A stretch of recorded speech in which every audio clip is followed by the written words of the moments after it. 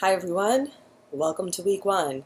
So I will set up each week with a short video, or hopefully short, try to be short, just kind of giving you an overview of what we're doing each week. So this week it's poetry. First you'll look at traditional poems, written poems, poems written as poems, but then we'll also look at song lyrics and how song lyrics are just another form of poetry. So to start off, I tried to give you a variety of poems. I think all of these are fairly easy poems to get into. So try to relax. A lot of students freak out when they're like, I have to read poetry. And if poetry isn't your thing, well, we're getting it out of the way week one. But these poems I chose because I think they're easy to relate to. They're poems that are, a lot of the authors are looking back on their childhood experiences, so there's elements of nostalgia. Some of them are funny or purposefully using humor. And some of them are about our relationships with movie stars. What happens when you admire a movie star, when you fall in love with a movie star, or become obsessed with a movie star. And what happens when you're a fan of someone and then you realize that maybe you don't actually like them as a person and don't like what they stand for. So I think these poems are pretty relatable to our everyday lives. Another thing they all have in common is this sort of theme of escape from reality, using the movies as an escape, and what it means, what to be real, what is reality, and how movies look like the real world, but they aren't actually real. Because we all watch movies and we relate to them, unless it's a sci-fi movie or a historical drama set in a different time. Most movies look like they happen in the world we live in, and yet we know that things that happen in the movies don't happen in real life. There's always, the guy always gets the girl, the bad guy is always punished in the end, but that doesn't always happen in real life. So, what role do the movies play in our lives is one of the questions these poets are all sort of asking. If you're intimidated by poetry, just take your time. One thing that's important for everybody, no matter how you feel about English and literature and poetry, is rereading poems. A lot of students get excited because poems are short and they're like, yes, that's not a lot of homework. But you should read them more than once, and don't rush through them, don't just sort of skim, because every time you read something, it means something different to you. Just like every time you hear a song on the radio, it might hit you in a different way, or every time you watch a movie, if it's one of your favorites, something that you rewatch, you think about the last time you watched it or some other time that you've watched it. But the same is true of reading. So if you read a poem one day, come back to it another day, or a little bit later, and reread it after you've had some time to sort of think about it, let it marinate there in the back of your brain. I reread things all the time. Every time I teach a class, I reread what I'm teaching. So think about how many times I've read these poems, and still sometimes I think about them in a different way. Because of something that's happened to me, something going on in the world, or just I noticed something that I didn't notice before. Another thing I would encourage you to do, even if it's silly, is read the poems out loud, because poetry, part of what makes poetry unique is its attention to rhythm and the music of words, how words sound, how they go together. So unless you're hearing them, you're not getting the full effect of the poem. And I think Ave Maria is a great poem to read out loud. It's one of my favorites to read out loud. So if you're afraid of reading any of the poems out loud, at least try Ave Maria. Or go on YouTube and look up people reading these poems and see how other people are interpreting them. So you've got 5 poems.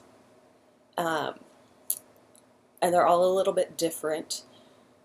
Dear John Wayne is about John Wayne, the American actor, If you don't know who John Wayne is, please Google him. Once you see his face, you'll recognize him. He's most famous for playing cowboys in a lot of Western movies from the 30s through the 70s. Your grandparents, maybe great-grandparents, older relatives or family friends probably know who John Wayne is. But Louise Erdrich, the author of the poem, is a Native American author, and is fairly famous as a Native American author. She's still alive, she's still writing. So her attitude towards John Wayne might not be what you expect coming out of a poem. And your question on the discussion board asks you about her attitude toward him in this poem. So you might have to, this is one that you might have to read a couple of times, or read and think about and come back and look at it again, to kind of get to what Louise Erdrich is trying to tell us about John Wayne and his movies. Ave Maria is one of my favorite poems.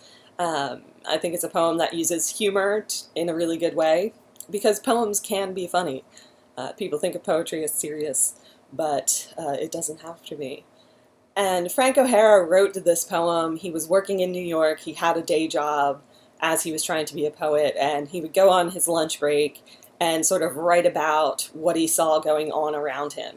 So imagine this guy sitting in a diner in New York in 1960, listening to the conversations around him, seeing the people around him, and then writing this poem, Ave Maria. You know, what was going on in the diner where he was eating lunch that inspired this poem?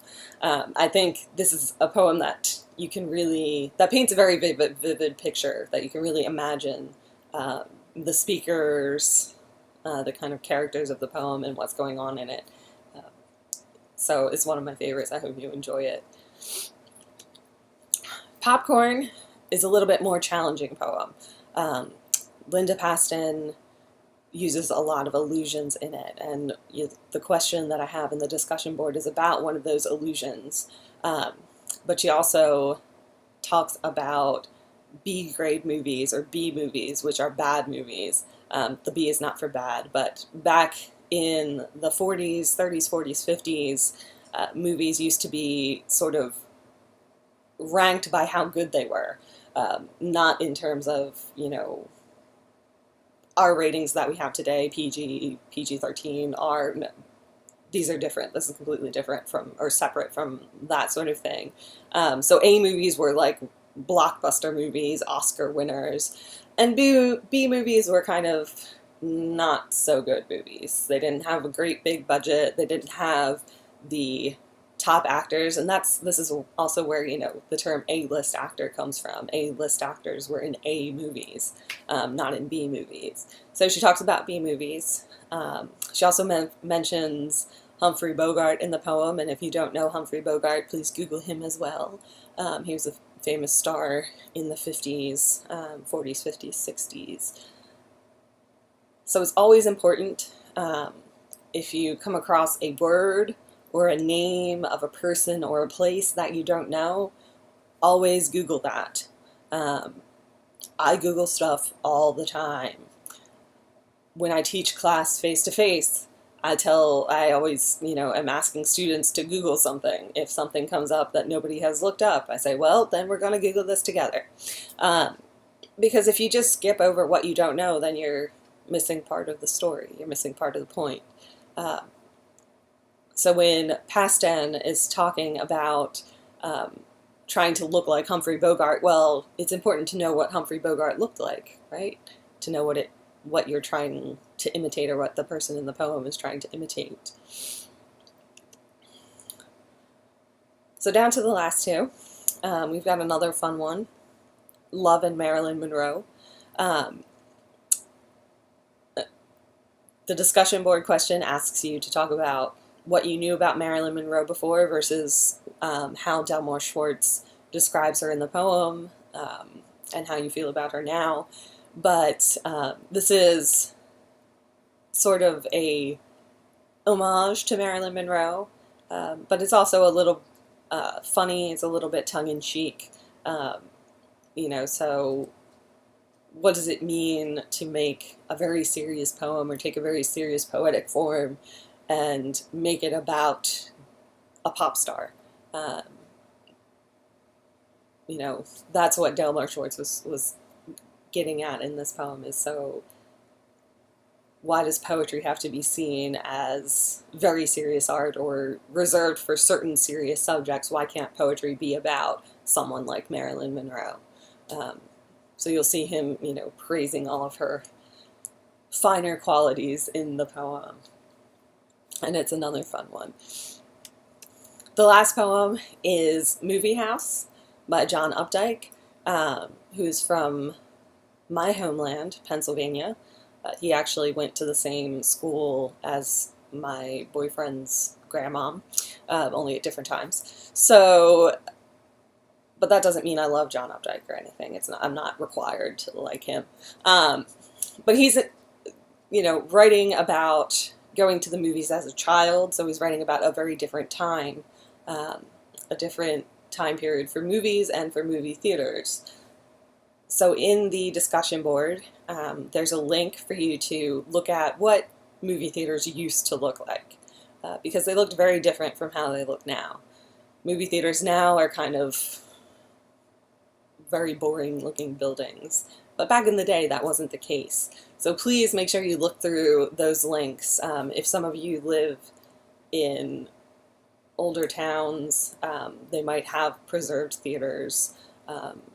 Shreveport has one. I think the Strand used to be a movie theater. You can see the projection booth up in the back. In New Orleans, the Orpheum Theater, which is right across from the Roosevelt Hotel, which is, you know, a very famous hotel, a very famous theater. Now they do plays there, but it used to be a movie theater. So when we've preserved these old movie theaters, we've turned them into theaters for, you know, drama. But they used to be really, really fancy places. Nothing like the AMC, Megaplex, Super Theater, IMAX, everything that we have now. They used to be buildings that were interesting to look at. And that's what John Updike's talking about. So, those are our poems. This took a little bit longer than I thought, but whatever. I hope you enjoyed reading them. If you have any questions, don't hesitate to post them in the question forum or to email me, and I'll be sure to answer them. Have a good week. Bye.